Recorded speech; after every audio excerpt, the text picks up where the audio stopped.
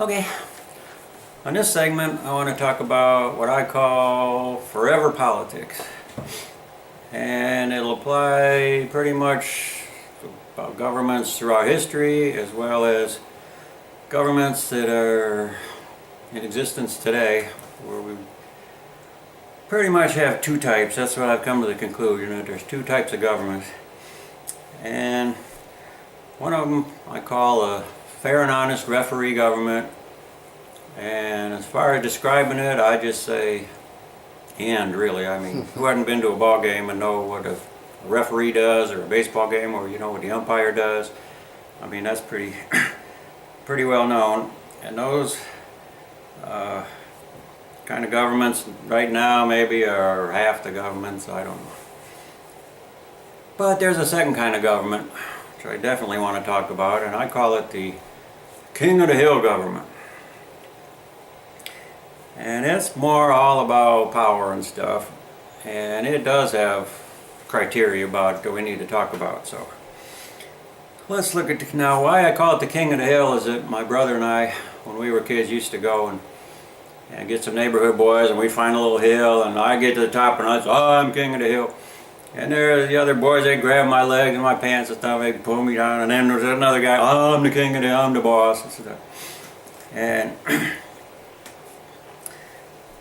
that's kind of how some of these governments are run. So let's look at those for a minute. One characteristic of the King of the Hill government is that if you go over here to the faucet and you get black gunk coming out of your kitchen faucet, they don't care. I mean, wherever your problems are, if it doesn't affect their power and control and stuff, they're not going to worry about it. Another criteria about King of the Hill government is that they must control companies or industries. They really don't want the competition from industry leaders or something. They're the government boss, and that's it. And the ones that are actually controlling by the government, that's got a number of names. We'll call it fascism here for the moment, but there's more names than that. And just looking at the mixture in the United States right now, we're kind of 50-50 here. If you look at the King of the Hill side, we've got the government, which is pretty much has 100% now, I think, of student loans. A couple of the car companies, when they went bankrupt, the government had equity in them for a while. They pretty much moved into the healthcare area now, heavily. Mortgages, or government owns most of those with Fannie Mae and Freddie Mac.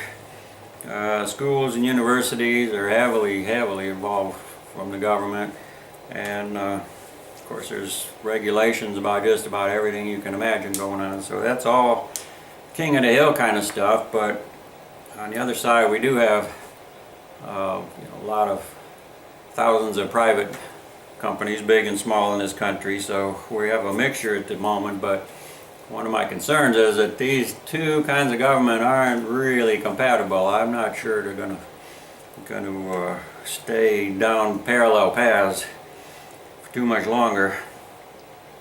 But there's one more criteria about the King of the Hill which is even more disconcerting, and that is according to the old Victory at Sea from the 1950s, talking about World War II, near the beginning, called Design for War. They say, for fascism to survive, it must kill.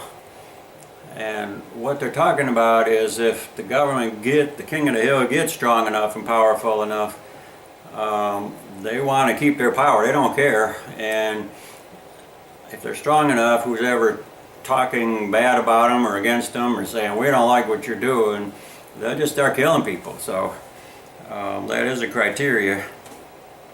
And like I say, that makes it something that really needs to be thought about and studied.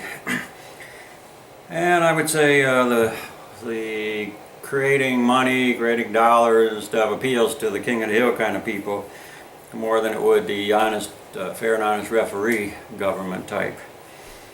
I want to stop here for just a second and talk about the percentages that I've pretty well found out in society from various places as to what people like as far as these two governments. And I'm convinced that 9 out of 10 people, 90% people, want a fair and honest referee government. Now, what's so frustrating to me at the moment is that most of this 90% that want the fair and honest referee government are sound asleep. They're paying attention to all kinds of other shows and ball games and everything, but they're not paying attention to what I'm talking about, and that's not good. But only about 1 out of 10 people really like this "I'm the boss, king of the hill" and stuff. So it's really the job of this 9 out of 10 people to keep, and I'm not even saying the king of the hill people, the 1 out of 10 are bad people, but they do need to be kept from power, because when they get in power they tend to bankrupt things and cause all kinds of problems and make a mess of things. So, but I wanted to mention a couple of the ways that I've come to the 10% versus 90%, is that as was mentioned a few years ago on the Glenn Beck program, they did a study of who was kind of behind the system we've got right now of power in Washington, and they came up with 5 groups: the Islamists, environmentalists, socialists, government unions, and some billionaires who like to collapse currencies and stuff. And each one of those groups had 1 or 2% following, probably, but if you add them together, maybe it came to 10%, I don't know. Another way is when I'm out on the street doing signs, like one year on the healthcare, I had 323 thumbs up or people clapping and stuff, if the people cared to opine on the situation, give their opinion. And I had 23 that were thumbs down or worse. So it's, again, that's 10 to 1. One other way that I came to that conclusion is that according to the original Untouchables in black and white around the 60s, the Otto Frick story, they talk about the Germans in the United States that were in 1934 that were trying to make their opinion about what was going on with in their homeland, which you'd think they'd be for that, but they said less than 10% went along with Hitler's code as to what he was doing. So even Germans living in the United States didn't like, what they were seeing going on in Germany. So I think that's why in the United States the king of the hill people who kind of have control of the government at the moment haven't just rolled over, because it's not a very big percentage of the public that even wants that in the first place. So, but as I say, the 9 out of 10 is pretty much sound asleep.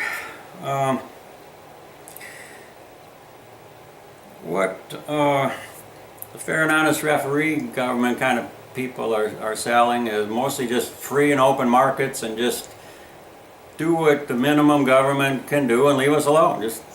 That's a famous line from one of the best books for the honest referee government is Atlas Shrugged, and that's what the hero near the end says, is just, when things are falling apart and stuff, and the government people say, go to an industrialist and say, what can we do to help and stuff, he says, it's simple, just get the H out of my way, just leave me alone.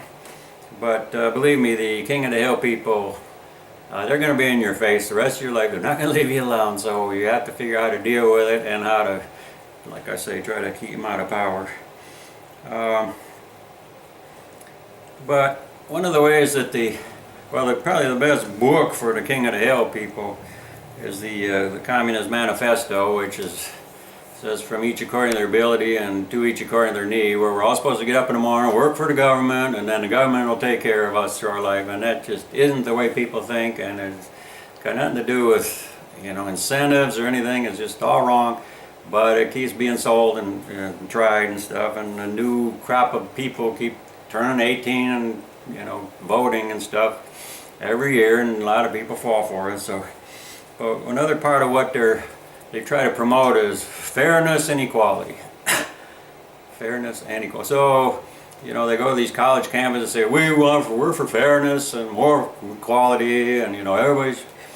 So let's look at that a second. Let's say we go to a baseball game and we've got a good home run hitter, and about the second inning our guy hits a home run and we're ahead 1-0. All right, about the fourth, fifth inning, our guy gets up, nothing else much going on, but our guy gets up, hits another home run. But that one we got to take and give to the government for taxes, so we don't get to keep that. All right, around the seventh or eighth inning, our guy gets up, hits another home run, and, now wait a minute, we got to take that one and give that to the other team. So, was that equitable? Absolutely. We got one, the government got one, and the other team got one. Was it fair? Well, I argue with people, but I'm a nice guy. Let's say I'll agree that's fair. Just everything that these people are trying to promote. Fair and equitable. There's still a really bad problem with that game. So I'll give you just a second to think about what that problem is, and then I'll tell you. The problem with that game is that everybody I've gone through with this, and it's been a lot of people, I ask them, will you go to the next game?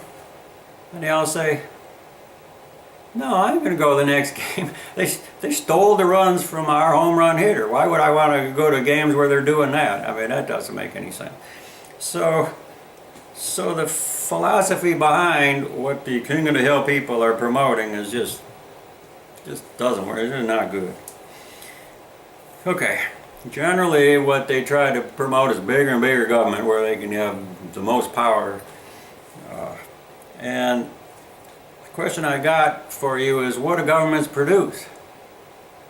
Well, there's a simple answer to that: zero. The governments don't produce anything. So the more and more big government we get, the more and more we get of nothing. That's not the kind of thing we want to go in that direction, I don't think. Let me give you a real world example. When I go to take young folks to the DMV to get their driver's license, that's a state government. That's far more efficient than the federal government, but it still is a state government activity. Generally I'm in there 3 or 4 hours just waiting and waiting and waiting and waiting. I'm reading the books and all this stuff. I take the youngsters out of there and we go through one of the burger shops, and how long am I in the burger shop? 5 minutes in the drive-thru or something? Burger shop is a private company and the DMV is a government entity, and the motivations are just all different and stuff. So we just don't want more and more government. We want less and less government. We want it to be, we need a referee. I'm not saying we don't want any government, but we want just small as possible referee and just let people do what they want to do. So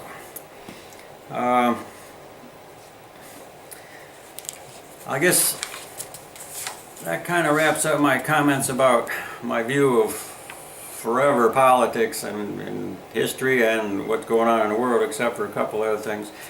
There's a really good book called The 5,000 Year Leap, and if you look at 5,000 years, the 200 years at the end here is pretty tiny compared to 5,000 if you go way back to the old Egyptians and Greeks and stuff.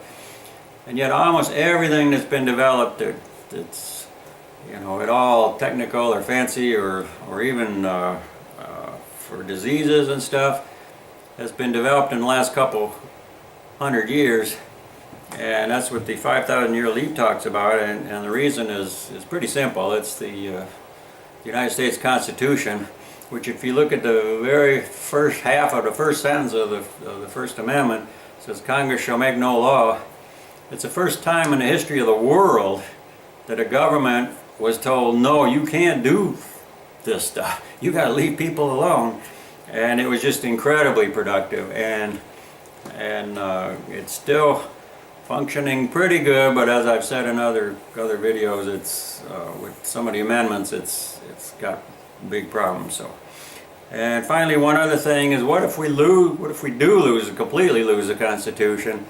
When you go back and study the Roman Empire and stuff, they talk about how, you know, maybe 2 people became joint emperors, but then one has the other assassinated, and then they and their armies and stuff go fight and they get killed, and then a year later, you know, somebody else, and it's all just power, control, you know, King of the Hill, I want to be the boss and stuff, and that's not who we are or what we want to do in the future. I don't think that's what we want to leave for our kids and our grandkids. So I guess that's it for this segment, and what I'm going to do is say what we all can do as a society in the next one, and then specifically what I'm doing with signs and stuff, and we'll take a look at all that here in just a little bit with the next segment. Okay, thanks for watching.